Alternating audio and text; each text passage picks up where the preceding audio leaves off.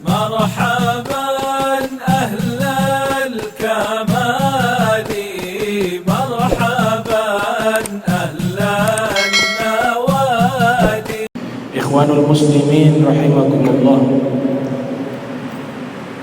Di tahun 16 Hijriah disebutkan di dalam kitab-kitab sejarah Islam, di tahun 16 Hijriah itu terjadi wabah taun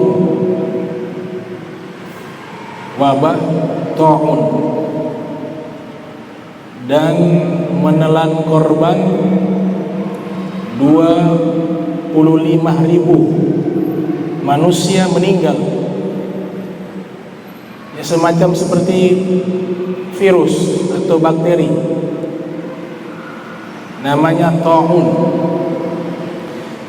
Di tahun 16 Hijriah, di masa khilafah Sayyidina Umar bin Khattab radhiyallahu ta'ala anhu wa arda, maka terjadi wabah ini khususnya di wilayah Syam, di Suriah.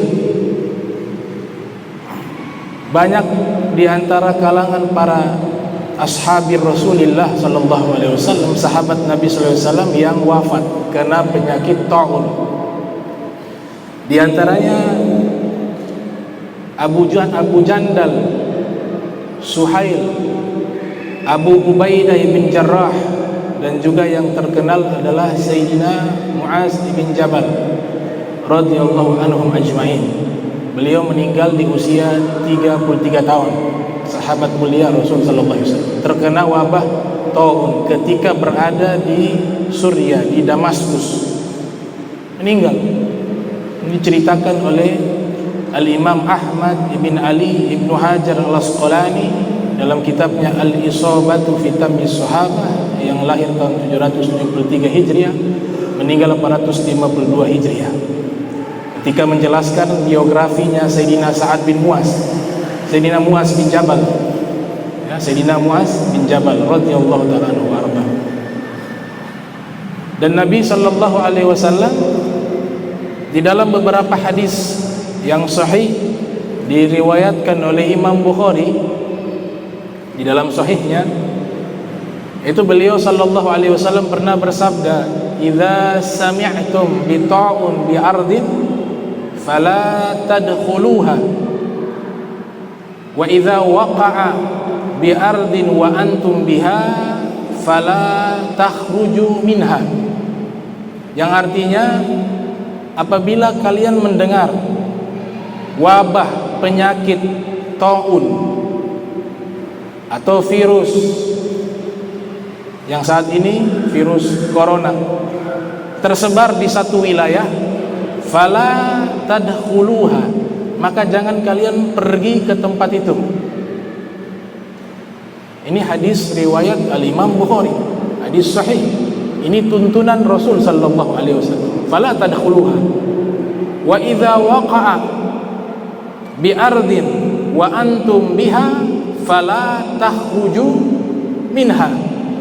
Dan apabila ada di antara kalian tinggal di wilayah yang terpapar virus ataupun wabah penyakit yang menular, Nabi katakan fala takhruju minha, jangan kalian keluar dari wilayah tersebut. Ini yang saat ini namanya lockdown atau isolasi, atau bahasa Arabnya namanya al-infirad. Kenapa dilarang? Takut menular. Jadi Rasul sallallahu alaihi wasallam sudah mengajarkan, ya, 1000 tahun yang lalu tentang penyakit yang menular itu harus dipisahkan. Bahkan dalam satu riwayat Nabi katakan, la yurid al-musih la yurid al-mamrad al-musih, atau kama qala Rasul sallallahu alaihi wasallam. Jangan mencampur orang-orang yang terkena penyakit menular dengan orang-orang sehat. Bahkan Rasul sallallahu alaihi wasallam mengatakan dalam satu riwayat, faman sami'a bihi min ardin fala taqdam alaih. Kalau kalian mendengar kabar berita di satu wilayah ada wabah penyakit menular, jangan kalian datangi tempat tersebut. Jadi al-waqa'i' atau realita itu dipakai dalam agama, dipakai di dalam agama. Karena al-maqasidu syar'iyyah, visi misi syariat Islam ada 5. Yang pertama hifdzuddin, menjaga agama, the protection of religion. Yang kedua hifdzul aql, ini tidak sesuai urutan tapi 5 prinsip. The protection of mind, menjaga pikiran jangan sampai rusak. Yang ketiga hifdzul nafs, the protection of soul.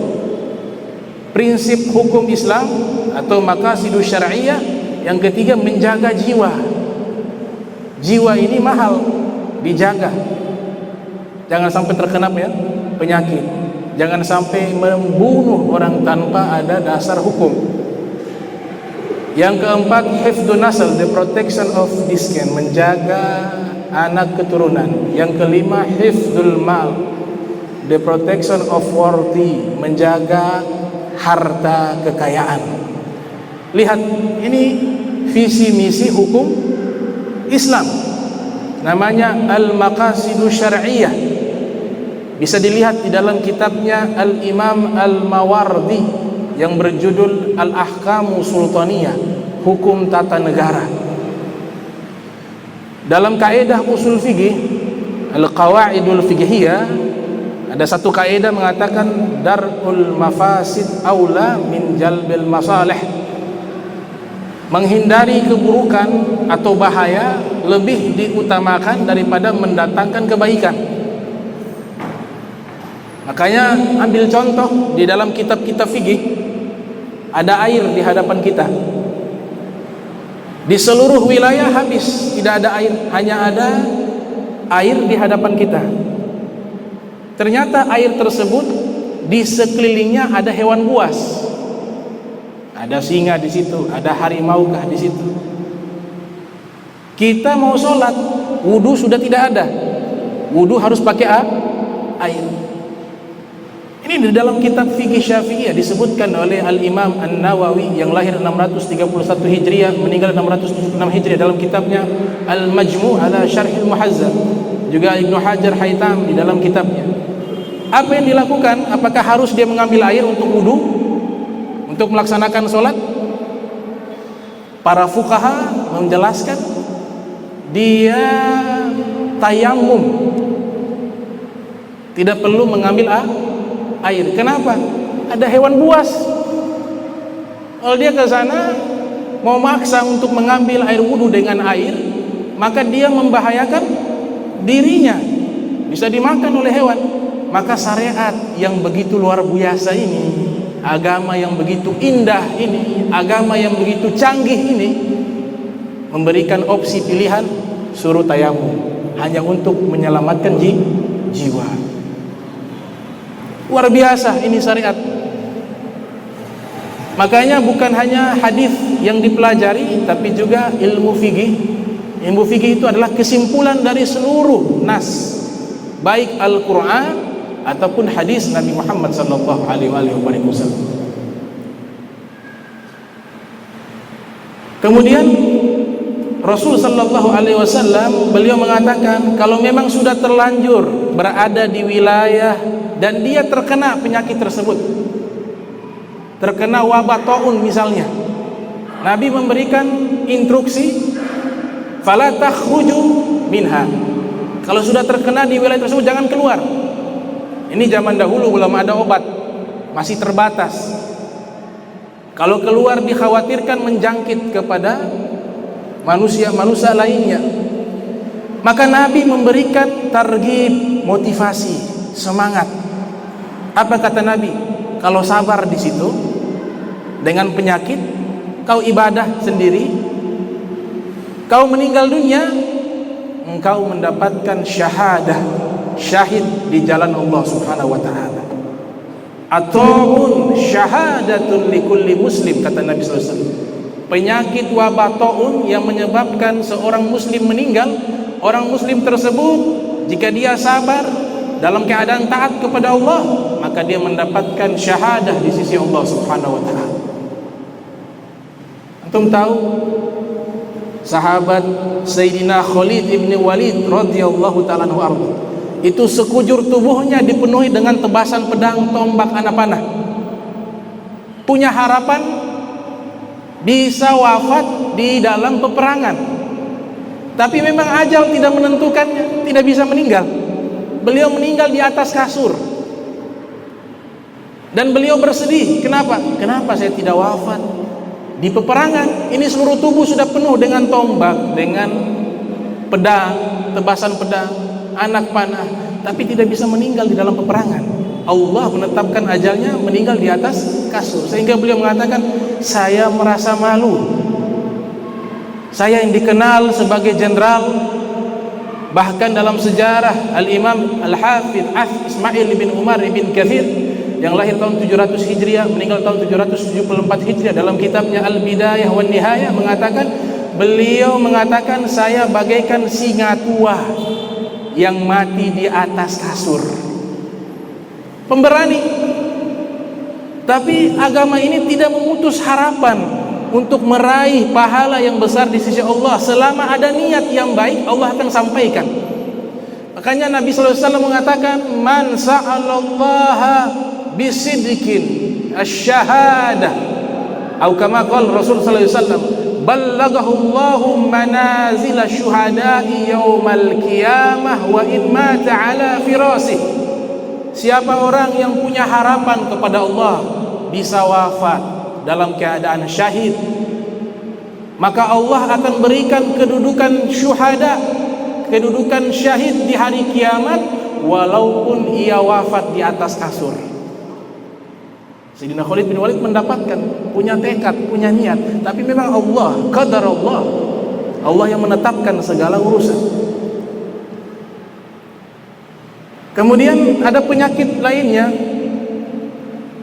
yang menular di masa sahabat dan di masa Nabi Muhammad SAW. Namanya, mohon maaf, juzam, penyakit, mohon maaf, penyakit kusta. Itu menular. Nabi yang dijaga oleh Allah mengajarkan ikhtiar dan berhati-hati menjaga kesehatan. Disebutkan di dalam kitab Al-Bidayah wan Nihayah, ketika para sahabat datang menemui Rasul sallallahu alaihi wasallam untuk berbaiat. Cara berbaiat kepada Nabi sallallahu alaihi wasallam adalah dengan jabat tangan. Maka di saat itu ada rajulun minal Thaqif, ada seorang laki-laki dari suku Bani Thaqif. Ia terkena penyakit menular, penyakit kusta. Kemudian seluruh sahabat bersalaman. Mungkin ada yang mengabarkan kepada Nabi bahwa ini ada seorang yang kena penyakit kusta. Kemudian Nabi mengatakan, engkau sudah dibaiat oleh saya, silakan kembali, tanpa bersalaman. Padahal Rasul sallallahu alaihi wasallam seandainya bersalaman sekalipun, insya Allah Allah menjaganya. Gak bisa Nabi terkena penyakit, gak bisa, disucikan, dibersihkan. Tapi Nabi mengajarkan ikhtiar. Ada realita, ada penyakit yang jika kita bersentuhan bisa menular, maka harus wajib dihindari. Diajarkan realita, diajarkan percaya kepada takdir, tapi juga tidak boleh meninggalkan ikhtiar. Kalau hanya percaya takdir dan meninggalkan ikhtiar, maka Nabi Muhammad SAW ketika berjihad fisabilillah tidak menggunakan baju besi. Para sahabat juga tidak menggunakan baju besi. Baju besi dir'un digunakan untuk menghindari daripada senjata. Para polisi, tentara, kalau lagi bertugas menggunakan baju anti peluru. Artinya disuruh ikhtiar. Padahal ini Nabi kita Muhammad SAW. Dan yang luar biasa, seluruhnya ingin mencari wafat fisabilillah, tapi tetap menggunakan baju besi. Artinya ada ikhtiar. Nanti kalau sudah kejadian meninggal, Nah itu sudah ceritanya, takdirnya Allah Subhanahu wa taala. Makanya ada kitab berjudul Al-Barakah fi Sa'yi wal Harakah. Ada keberkahan di dalam usaha dan gerakan. Nabi katakan,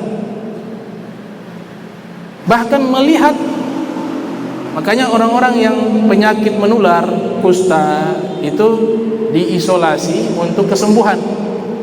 Para fuqaha melarang jika ada orang kena penyakit menular, maka dia harus tahu kondisinya dia.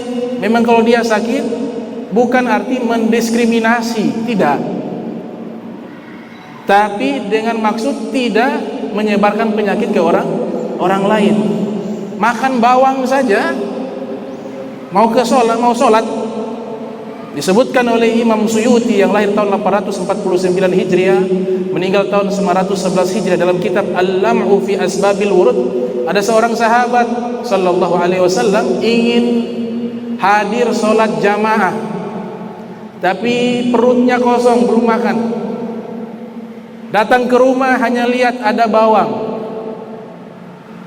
merah kah itu, bawang putih kah itu, dimakan mentah-mentah. Kemudian datang sholat, persis di saf pertama, Rasul sallallahu alaihi wasallam menjadi imam. Selesai sholat, Nabi sallallahu alaihi wasallam mengatakan, dan tercium aroma yang tidak baik, aroma busuk dari bau bawang tersebut, mengganggu orang yang sekitar. Apa pernyataan Nabi Muhammad sallallahu alaihi wasallam? Man akala hadhil baqlata fala yaqrabanna masjidana hatta tazhaba rihuha. Orang yang makan sayuran jenis ini, maksudnya sayuran jenis ini kata Imam Nawawi adalah bawang putih, bawang merah mentah. Siapa yang makan sayuran ini, jangan dia dekati masjid kami. Satu riwayat mengatakan jangan dia masuk ke dalam masjid kami hatta tazhabarihu, hingga aroma bau busuknya hilang, baru bisa masuk ke dalam masjid, kata Rasulullah SAW. Ini Nabi katakan, tapi Nabi tidak sebut nama orangnya, padahal Nabi tahu siapa yang makan bawang. Artinya menutup aib saudara, nggak boleh membongkar aib saudara di depan publik, berdosa. Siapa yang membongkar aib saudaranya di depan publik, maka Allah akan membongkar aibnya di yaumil qiyamah. Terkecuali kejahatan yang terang-terangan, maka itu harus disampaikan juga dengan terang-terangan. Kemudian Nabi katakan, innal malaikata tata'adza minhu kama yata'adza minhu banu Adam. Sesungguhnya malaikat pun terganggu dengan bau busuk itu. Sebagaimana manusia terganggu dengan bau busuk, malaikat pun terganggu dengan aroma busuk tersebut. Kemudian Nabi keluar, ini sahabat yang makan bawang minta maaf, ya Rasulullah, saya yang makan. Kata Nabi, kenapa?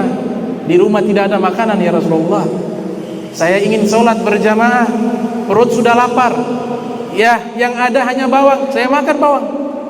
Kemudian Rasulullah SAW beliau meletakkan tangan suci beliau di perut sahabat tersebut, dan sahabat tersebut mengatakan, selama beberapa bulan perutku tidak pernah merasakan lapar setelah terkena tangan Nabi Muhammad sallallahu alaihi wasallam. Itu aroma busuk. Bagaimana dengan penyakit? Aroma busuk saja dilarang. Nah, zaman sekarang bukan berarti melarang makan bawang. Wah, di Ternate ini pakai dabu-dabu nih sedap, pakai bawang mentah. Tapi ilat dalam ilmu usul fikih, kalau hukum itu dilihat sebabnya, bukan barangnya. Kenapa khamar haram? Ya sebabnya menghilangkan kesadaran akal. Kenapa narkoba haram? Ya sama seperti khamar, merusak akal. Bukankah tadi tujuan hukum menjaga akal agar sehat? Kalau merusak berarti dia sudah haram. Ini amanah, nikmat yang Allah berikan, tidak boleh dirusak. Maka ini luar biasa. Seluruh aspek kehidupan, seluruh masalah, seluruh problem sudah dijelaskan oleh Nabi kita Muhammad sallallahu alaihi wasallam. Ada satu hadis Nabi katakan, la tudimu nazara ilal madzum. Wahai sahabat, jangan memandang terlalu lama orang yang kena penyakit kusta, dikhawatirkan menular, kata Rasulullah SAW. Dalam hadis Sahih Bukhari Nabi katakan, "Firra minal madhum kama tafirru minal asad." Larilah dari penyakit wabah kusta sebagaimana kalian lari daripada singa. Coba kita pakai analogi akal, pakai berpikir. Kira-kira kalau kita kena, kasihan ke rumah anak kita yang masih kecil kena juga. Berapa banyak anak-anak yang kena HIV/AIDS padahal kasihan tidak berdosa, karena sebab orang tuanya, ibunya terkena penyakit HIV/AIDS menular, dia kasih ASI anaknya yang tidak berdosa kena. Jadi memakan korban yang lebih banyak. Dan ini ajaran Rasul sallallahu alaihi wasallam. Nah, sekarang bagaimana cara menghadapi, menyikapi kejadian saat ini yang ada? Cara yang pertama, tentulah kita harus kembali kepada Allah. Sudah waktunya kita kembali kepada Allah Subhanahu wa taala, mendekatkan diri kepada Allah. Ini satu bentuk peringatan juga agar kita umat Islam yang tadinya lalai dalam ibadah, lalai di dalam ketaatan, maka ini saatnya kita kembali kepada Allah Subhanahu wa taala. Dan diingatkan kita, tetap suatu saat kita akan kembali kepada Allah dengan yang namanya kematian. Qul innal mautal ladzi tafirruna minhu fa innahu mulaqikum. Katakanlah kematian yang kalian lari daripadanya, dia akan menyusul kalian, kata Allah Subhanahu wa taala. Ada ya, hati kita ini tetap yang rasa takut bukan kepada penyakit. Disuruh kita hati-hati, disuruh kita mawas diri berdasarkan perintah Nabi, tapi rasa takut tetap kepada Allah, karena seluruhnya adalah makhluknya Allah Subhanahu wa taala. Maksudnya begini, jika ada wabah penyakit bukan berarti takutnya hanya bagaimana menghindarinya, bagaimana untuk menjauhinya. Ini satu perkara yang wajib, tapi ada hal lebih penting. Bagaimana jika saya meninggal dalam keadaan membawa dosa kepada Allah Ta'ala, sehingga dia persiapkan bukan hanya di dunia, dia ikhtiarnya juga untuk akhirat. Ini orang cerdas, kata Nabi SAW, al-kaisu man dana nafsahu wa amila lima ba'dal maut. Kemudian cara menghadapi yang kedua adalah mengikuti perintah anjuran orang-orang yang ahli di bidangnya. Kalau berbicara tentang penyakit, ada bidangnya, para dokter, ahli medis.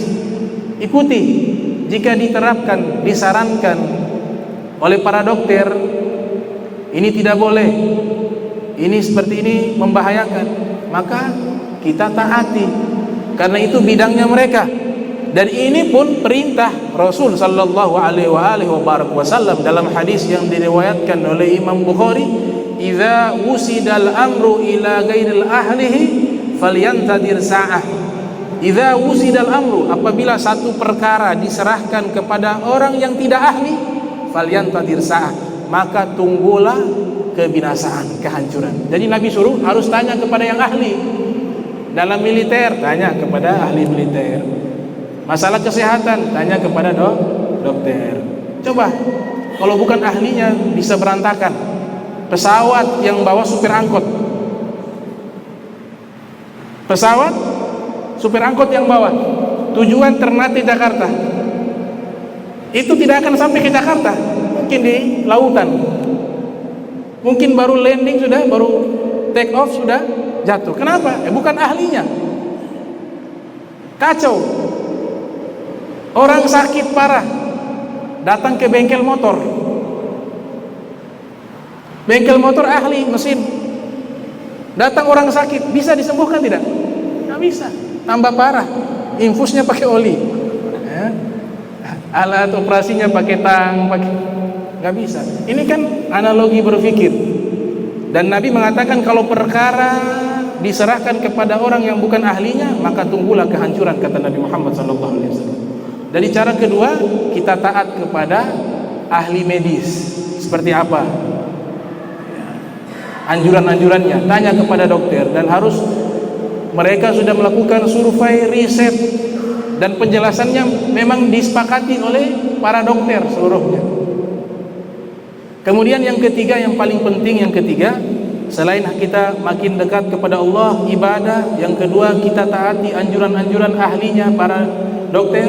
Yang ketiga adalah doa. Ini kekuatannya luar biasa, saudara-saudara.